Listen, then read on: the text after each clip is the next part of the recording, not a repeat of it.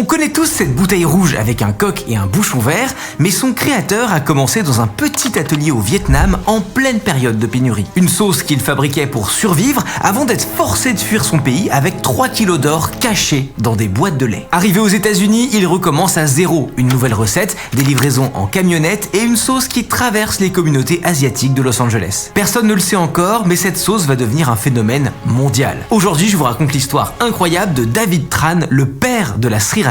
David Tran naît en 1945 à Soc Trang au sud du Vietnam. Il est très loin des parcours de tourisme traditionnels, à plusieurs heures de route de Saigon. David grandit dans une famille Hoa. Ce sont des Vietnamiens d'origine chinoise venus par vagues entre le 17e et le 19e siècle pour fuir la famine et profiter des opportunités de commerce. Dehors, David vit et parle comme tous les Vietnamiens, mais chez lui, on parle cantonais. Et la culture chinoise reste bien ancrée dans les traditions, les fêtes et la cuisine. En 1961, David a 16 ans quand il quitte la campagne pour aller chercher du travail à la ville. À Saigon, à quelques heures de là, son frère l'aide à trouver un emploi dans une boutique de produits chimiques. Le poste lui impose de la précision et de la discipline. Il manipule des matières, dose, mélange et gère des stocks. Mais un soir, l'histoire le rattrape et frappe à sa porte. Un policier vient le chercher, il est appelé sous les drapeaux pour servir l'armée. Nous sommes au milieu des années 1960 et les conflits s'intensifient dans la région. La guerre s'installe entre l'armée du Sud-Vietnam et les forces communistes du nord du pays, les Viet Cong. David sert l'armée sud-vietnamienne et obtient le grade de major. Mais son quotidien ne ressemble pas à celui d'un combattant en première ligne